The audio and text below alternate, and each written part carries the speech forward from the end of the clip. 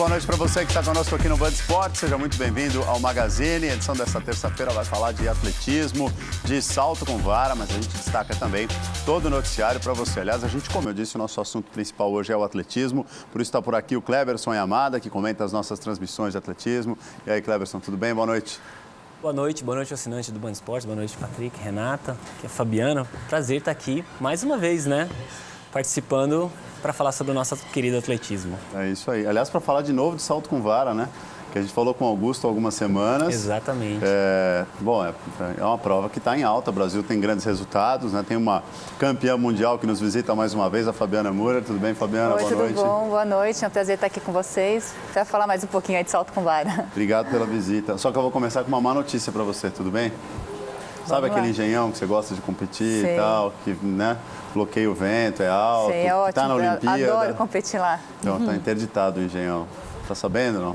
Eu fiquei sabendo. Pois é, depois de ter acesso a alguns relatórios, o prefeito do Rio de Janeiro resolveu interditar o estádio, porque esses relatórios apontam problemas na estrutura da cobertura do engenhão. Então, o prefeito Eduardo Paes convocou os presidentes dos clubes do Rio de Janeiro, de futebol, que têm usado o estádio, para tentar definir o que vai ser feito para já, porque tem jogos de futebol previstos para o engenhão e vai ser necessário um remanejamento. Agora, o estádio foi feito há 5, 6 anos. Inaugurado em 2007 para os Jogos Pan-Americanos, né?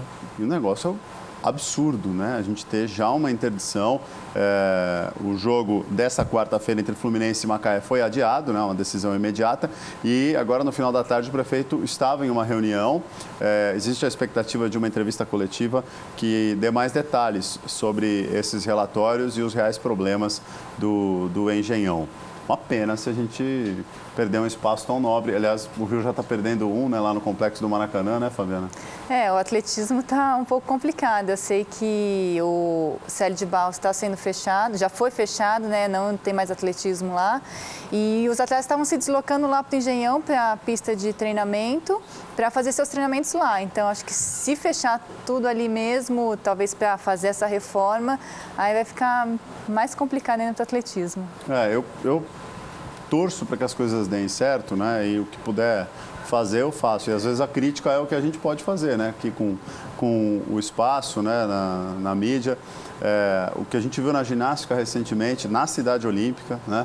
Pega fogo no ginásio do Flamengo, o clube acaba com a equipe. Lógico, o clube está se reestruturando, se reorganizando. Acho melhor fazer para valer, fazer sério, do que ficar com atletas e não pagar, não honrar as coisas ou não tocar o projeto direito. Aí o Complexo do Maracanã, uma grande discussão, né, sobre as áreas anexas que estão sendo perdidas para o projeto da Copa do Mundo, e um espaço como o Engenhão interditado, no mínimo preocupa, né, Cleberson? É uma cidade olímpica, a gente teve mortandade de peixes recentemente na Lagoa Rodrigo de Freitas, em meio às seletivas de remo, tem muita poluição na Baía de Guanabara, quer dizer, tem muitas preocupações há 3 anos da nossa Olimpíada, né? Talvez as pessoas não conheçam tão bem o que é o histórico do Célio de Barros, né? O Célio de Barros representa para o atletismo o que o Maracanã representa para o futebol, se a gente for comparar. Porque as grandes estrelas do atletismo mundial, todas passaram pelo Célio de Barros, e os melhores atletas do Brasil, inclusive muitas marcas de recorde, foram feitas no Célio de Barros. Da demolição do Célio de Barros para construir um estacionamento é o mesmo que se dissesse hoje para a mídia esportiva brasileira que vamos destruir o Maracanã para construir um estacionamento. E é muito triste saber que uma obra dessa magnitude assim vai acontecer por conta da construção de um estacionamento, né? Pois é o projeto todo do Complexo do Maracanã. Por outro lado, a gente tem algumas coisas que até tem a ver com o Engenhão, por exemplo. Ele não enche muito em grandes eventos esportivos por causa dos acessos, né?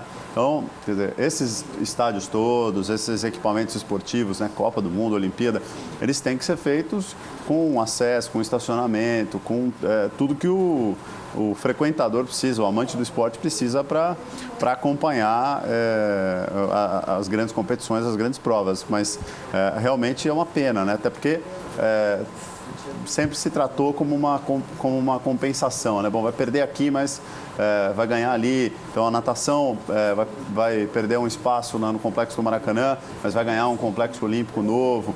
Só que essas coisas já deveriam estar acontecendo, né? E é uma cidade que tanto respira esporte que o Usain Bolt está vindo de novo para cá, né, Fabiana? E a gente precisava ter mais coisas bacanas para mostrar para a gente como ele, né? Sim, falaram, tudo bem, eu até entendo ter que fechar o Célio de Barros, fazer estacionamento lá, mas falaram que vai ser construída uma nova pista. Acho que teriam que construir essa nova pista antes de fechar o Célio de Barros, para os atletas terem onde treinar, para ter essa continuação, para ter essa tranquilidade de poder buscar os resultados, continuar treinando para conseguir isso. Bom, o Engenhão tem pelo menos uma pista de aquecimento, né, Cleberson? Tem uma pista oficial boa, do lado de fora, muito Se o problema é a cobertura, talvez dê para usar a pista de aquecimento. E as informações que eu tive aqui, na verdade, essa pista de aquecimento que tem sido usada num projeto com crianças e alguns atletas treinam, né?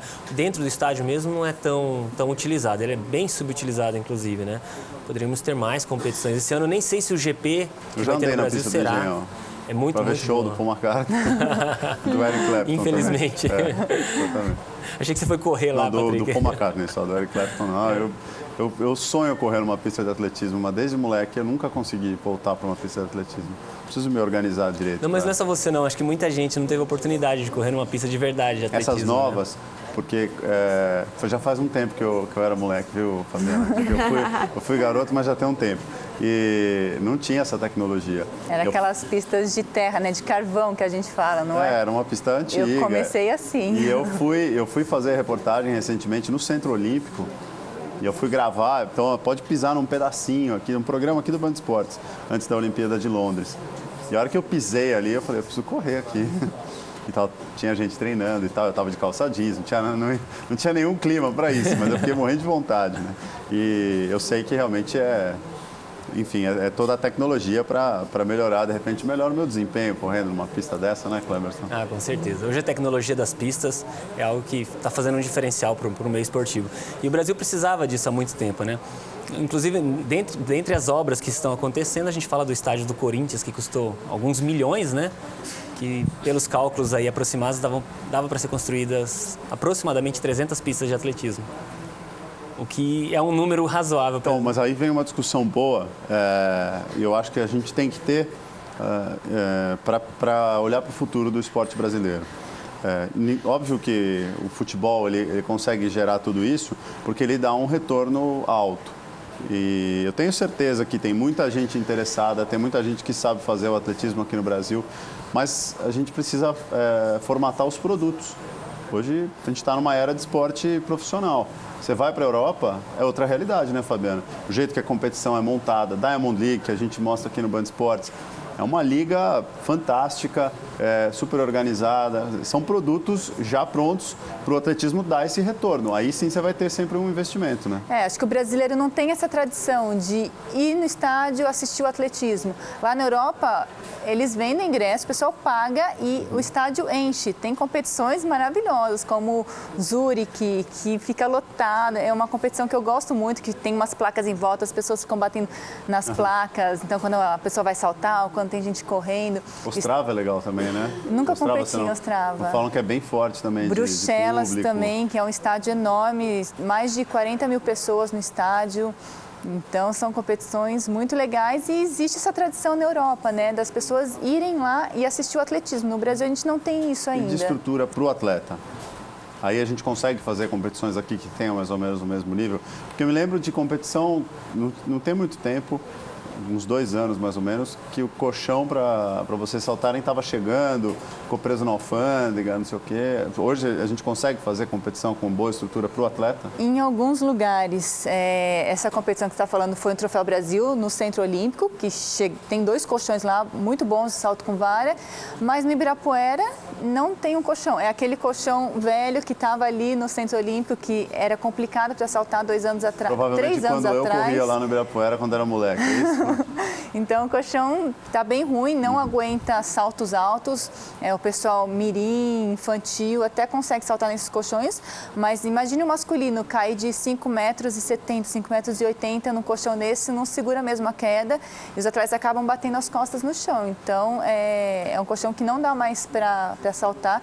E esses colchões com qualidade são todos importantes. Eu sei que é complicado fazer importação, é caro, mas tem que se pensar nisso, em estruturar os lugares para ter boas competições e boas condições de treinamento também, porque a Olimpíada está aí já.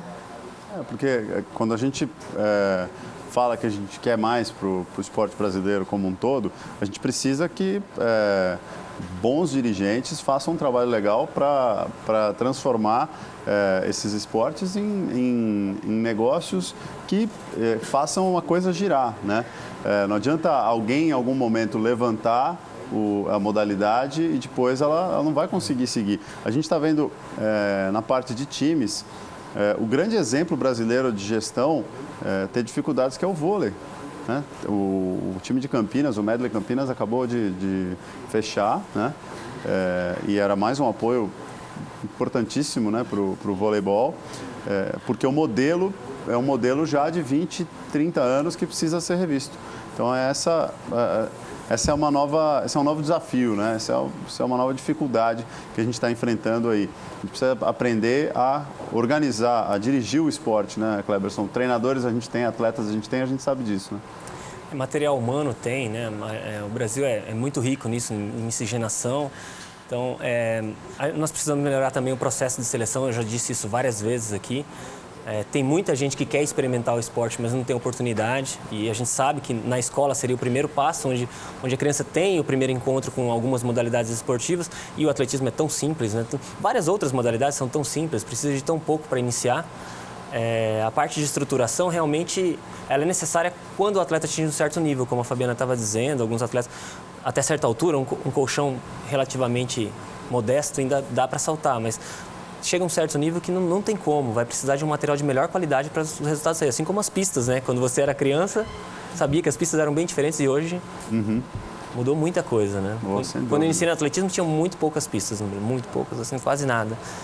Cresceu muito o número disso, mas realmente falta ainda gestão para que o esporte se desenvolva no âmbito geral, né? Isso aí. Renata? Perguntar para a Fabiana, você que é uma atleta de ponta, né, do salto com vara, a gente tem falado muito aqui sobre os problemas pós-Olimpíada, que aliás, na verdade, né, antes da Olimpíada já existia, mas de atletas que obtiveram resultados importantes em Londres, como o Arthur Zanetti, o Thiago Pereira, e que o Arthur Zanetti, por exemplo, treina em situações precárias e o Thiago agora sem clube, enfim.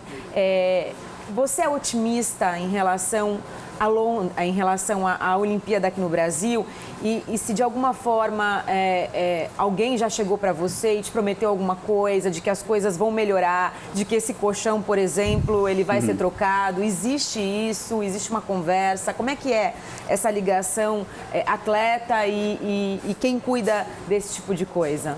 Bom, eu prefiro ser otimista, acreditar que as coisas vão acontecer. Até o Toninho, que acabou de assumir a Confederação Brasileira de Atletismo, tem essa ideia de estruturar, não só aqui em São Paulo, mas vários centros pelo Brasil, de estar melhorando a condição dos atletas para poder treinar. Então, a Confederação quer melhorar essa situação. E eu falo assim, que eu tenho a sorte de estar numa grande equipe, eu estou no Clube BMF Bovespa, que sabe como é fazer um atleta, que é a longo prazo, não é a curto prazo, eu vejo assim, times que têm um patrocínio por 1, 2 anos no máximo, não deu resultado, eles saem fora. E eles têm que entender que o atleta não é feito de uma hora para outra, precisa de 6 a 10 anos para conseguir construir um atleta. Eu fui campeã mundial depois de 10 anos treinando, então precisa dessa consciência das empresas para ter esse investimento, para aí sim o atletismo ou os esportes crescer e a gente ter uma continuidade depois da Olimpíada. Quantos anos você está no BMF Bovespa já? Desde quando eu comecei. Eu me lembro no primeiro de ano. muito tempo já. No primeiro ano era funilense e aí em 2002 que a BMF resolveu fazer um clube. Antigamente eles tinham só alguns atletas que eles patrocinavam e eu já entrei no segundo ano, então eu já estou há 15 anos na BMF Bovespa e a BMF completou ano passado, esse clube, né, completou ano passado 10 anos e eles pretendem continuar aí o ano passado inauguraram um centro de treinamento com uma pista coberta, vão reformar a pista aberta. Então, eles estão melhorando essa estrutura aí para os atletas poderem ter boas condições de continuar se desenvolvendo. Me lembro de um evento, Cleberson, e aí eu me encontrei com o Elson Miranda e ele falou, aquela menina, ela estava lá, aquela menina lá, daqui a alguns anos você vai ver os resultados dela no salto com vara e tal. Tava o Ademar Ferreira da Silva nesse evento. Já tem uns 10 anos que o Ademar morreu, né? Foi o meu começo da minha carreira como repórter e já era o trabalho. Já era o trabalho, né, do clube. Esse é um trabalho realmente que sustenta muito do que o atletismo brasileiro tem, né? Mas o atletismo, ele é assim, o trabalho realmente, como a Fabiana disse, é de longo prazo. Os atletas precisam de períodos e ultrapassar as etapas para conseguir atingir o resultado. Não dá para pular a etapa, queimar a etapa, isso normalmente gera muitos problemas, inclusive lesões mais graves que podem até afastar para sempre, ou até a parte psicológica do atleta ficar mais afetada quando o rendimento vem de uma vez e sobe tudo de uma vez. Então, tem que ser gradativa, vem passo a passo. E mesmo assim, no alto rendimento, como a disputa é muito grande, cada prova tem 20 atletas que podem ganhar uma prova, é muito complicado se manter em alto rendimento, né? E a Fabiana já vem fazendo isso já há alguns anos. É bem complicado, então... E essa prova, antes da Olimpíada, antes do Mundial, a gente destacava isso, antes da Olimpíada, especificamente salto com vara feminino, parecia que tinha uma dona, né, que era tão espetacular como a Helena Simbaeva, que ia ficar com marcas por muitos anos e já tem atleta chegando nas marcas dela, né? Então a gente vê que também é um nível sensacional, né? Várias campeãs diferentes, se a gente pegar as últimas Olimpíadas e Mundiais, Fabiana, Jennifer e Helena, Ana Rogovska, né? Vocês 4 pelo menos ganharam. Foi. Campeonatos mundiais. Entre mundiais e Olimpíadas, vocês ganharam competições. Então é bem impressionante realmente o equilíbrio que tem.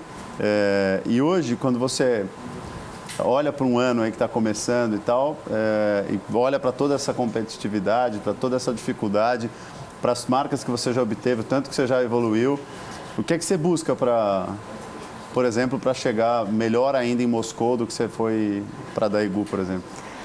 Tem que manter a motivação, acreditando que é possível melhorar. Eu tenho esse sonho de chegar nos 5 metros, eu continuo com isso. Eu acho que o atleta tem que ter metas, tem que ter objetivos.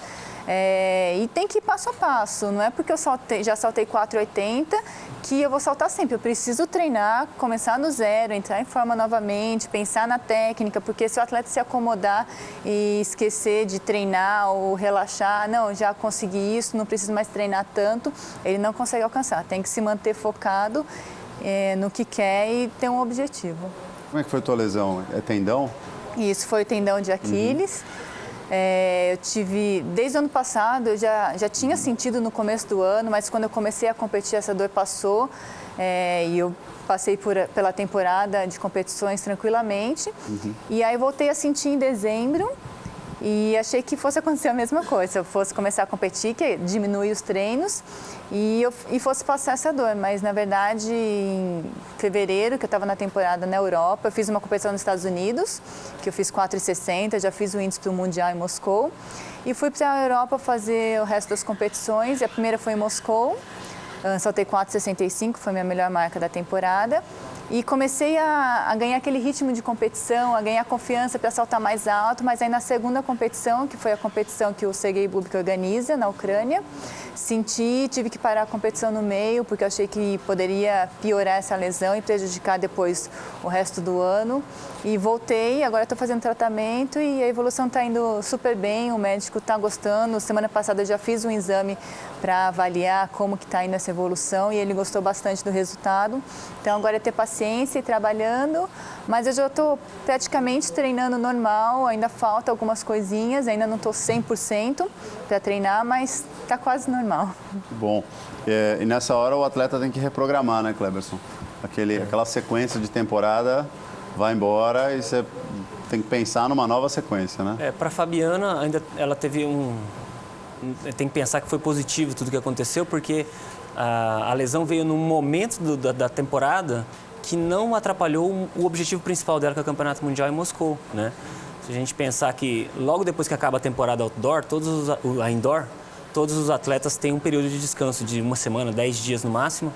E ela se lesionou um pouquinho antes, e ela iniciou o tratamento, e quando todo mundo entrou no descanso, ela finalizou o descanso dela e a recuperação, e aí todo mundo volta para o trabalho já visando Moscou, e ela iniciou junto praticamente no período que tem que iniciar o trabalho, que é de longo prazo. Agora vai ter melhora da força, né, uma série de padrões de movimento dela que vai ter que ser alterado, modificado, para que ela chegue no momento certo e saltar o que precisa saltar. Então, tem que tirar uma coisa positiva dessa lesão, porque não foi no momento mais importante para ela na temporada. Foi no momento que poderia ter acontecido e daqui para frente não pode mais. Agora ela vai ter que se concentrar muito mais nos treinos, né, até lá. E aí, é fisioterapia que você ficou fazendo aí nas últimas semanas ou tinha mais que descansar do que fazer alguma coisa? Eu descansei 2, eu iria descansar 1 semana depois da temporada indoor, eu descansei 2 fazendo fisioterapia, ia todo dia para a pista para fazer a físio. E voltei a treinar. Eu estou 1 semana atrasada em relação aos outros atletas, ao Augusto, que veio aqui já no programa, que fez a temporada também indoor. Então, estou só um pouquinho atrasada, mas fiz bastante fisioterapia e depois dessas 2 semanas que eu fiquei parada, já comecei a treinar. Treinava braço, abdômen, perna, só não corria. Mas dá para fazer outras coisas. É a corrida que te dá o impacto que faz Sim, que é um impacto maior, isso. E eu precisava dar uma descansada, porque eu fiz um tratamento que chama PRP, que é plasma rico em plaquetas, que é injetado no tendão, e isso regenera as fibras ali do tendão, porque o tendão começou a ficar fraco. Eu tive uma ruptura de algumas fibras, mas não era preocupante, senão aconteceria uma lesão grande. Mas o Cristiano Laurino, que é o médico lá da BMF Bovespa, ele resolveu fazer isso, que ele achava que é um tratamento que iria resolver o meu problema, e realmente está evoluindo e estou indo super bem. É porque, pelo que eu já ouvi de atletas sobre tendão de Aquiles, é um negócio que vem de uma hora para outra, né?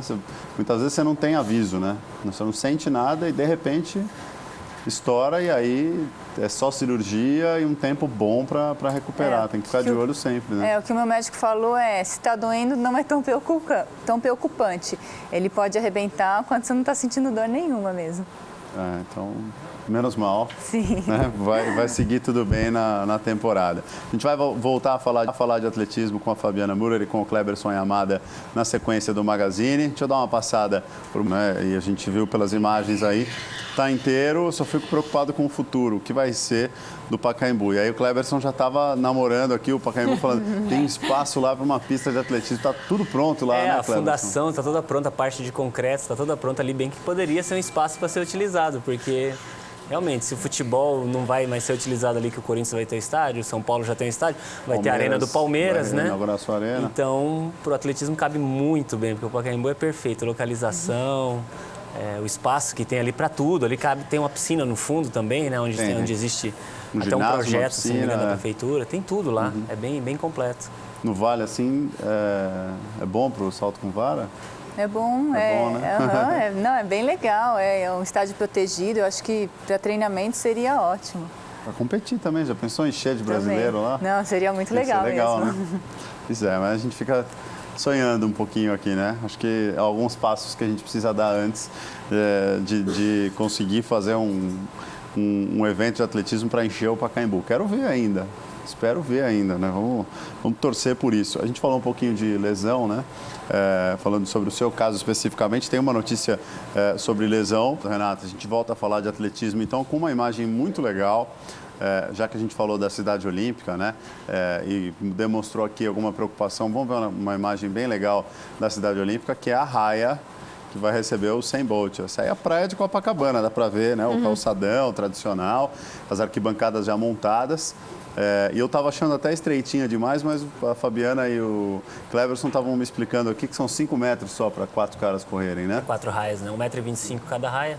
Então tá tudo certo. A pista tem 150 metros, aí a foto foi tirada num ponto bem alto. Parece realmente ser estreito, né? E a gente vai ter uma seletiva brasileira, né? Alguém que vai ver as costas do Usain Bolt, será? Que não é demérito para ninguém, vamos combinar aqui, né? Não, vai estar o Nilson André, o Ailson, vamos ver as costas, o Bruno ver de ladinho. E assim, o né? Sandro Viana. Os 4 vão estar na seletiva, se não me engano, é no sábado. E aí eles vão enfrentar o Wallace Spearman e o Usain Bolt no domingo, né? A prova. Então, quem se der melhor na seletiva vai passar para a finalíssima contra as estrelas internacionais.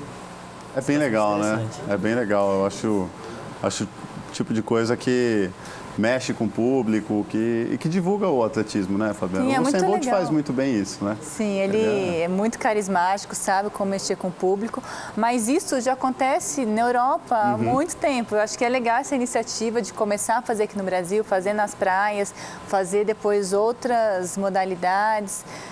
Existem competições na Europa na praça. Teve uma vez que o Fábio Gomes, que é o recordista sul-americano de salto com vara, ele fez em um que o colchão ficava em cima de um lago. Então ele saltava e parecia que ele ia cair no lago. Então são competições assim, muito legais e na rua fica lotado. Então acho que o Brasil tem que começar a fazer isso também. É lógico, é bem legal. A gente teve também, eu me lembro recentemente, uma demonstração de judô no aeroporto. Acho que é o aeroporto de Guarulhos, porque a Infraero era patrocinadora, não tenho certeza se é ainda, da Confederação Brasileira de Judô, e aí eles criaram uma atração lá para mexer com o público e tal. Eu acho bem bacana. Tem uma curiosidade interessante. Também Zurich, né? O Diamond League, o arremesso de peso é feito na estação central de trem. Né? O público ali chegando e saindo e a competição acontecendo com as maiores feras do arremesso de peso mundial na estação central de Zurique. Eu já competi dentro de um shopping. Eles montaram a pista de salto com vara dentro de um shopping, então as pessoas ficavam nos andares assistindo. Onde foi? Foi na Alemanha. Na Alemanha? Que legal. A Alemanha é muito... Inclusive, a minha primeira transmissão que eu participei aqui no Band Esportes foi em 2009, com o Bupa Games, que era na cidade de Manchester, uns 150 metros na rua, onde Usain Bolt correu e quebrou. Foi a melhor marca da história dos 150 metros em linha reta. E até hoje se mantém essa marca, né? E foi 3 anos antes dos Jogos Olímpicos de Londres. E agora o Brasil trazendo um evento da mesma formatação aqui também, 3 anos antes dos Jogos Olímpicos do Rio. Pela aceleração que ele tem, é quase impossível hoje um cara ganhar dele no 150, assim, em linha reta? A distância... Qualquer distância, eu acredito, né, que qualquer distância entre 80 metros e 300 metros vai ser difícil alguém vencer o Usain Bolt. Realmente é bem difícil, que ele hoje é diferente. Talvez nos 60 metros, eu gostaria muito de ver o Usain Bolt na temporada indoor, disputando uns 60 metros, porque aí pode acontecer, né, de alguém superar ele. Talvez por isso ele não tenha entrado na temporada indoor até hoje, mas é muito difícil hoje em dia alguém superar o Usain Bolt, principalmente em distâncias acima de 80 metros. E ele já teve uma derrota ou outra. Eu acho que encara também muito bem isso, né? É importante, um cara precisa saber, mesmo um gênio, um cara fora do comum que nem ele, vai perder de vez em quando, né? E estão pensando num desafio entre Usain Bolt e David Rudisha numa prova de 400 metros, que seria um desafio interessante também para a gente acompanhar aí, quem sabe, né? Muito bom, hein? Eu espero por essas coisas. Eu acho que esse tipo de evento chama bastante atenção, né? E quem ama esporte gosta de ver os testes aí para quem é tão especial como é o Usain Bolt. Vamos voltar para o salto com vara, né? Para a sequência da temporada da Fabiana. Você falou no primeiro bloco de como você se motiva e tal, mas especificamente para a parte técnica. O que você vai tentar fazer? Você já mudou quantidade de passadas, por exemplo, e não faz muito tempo, né?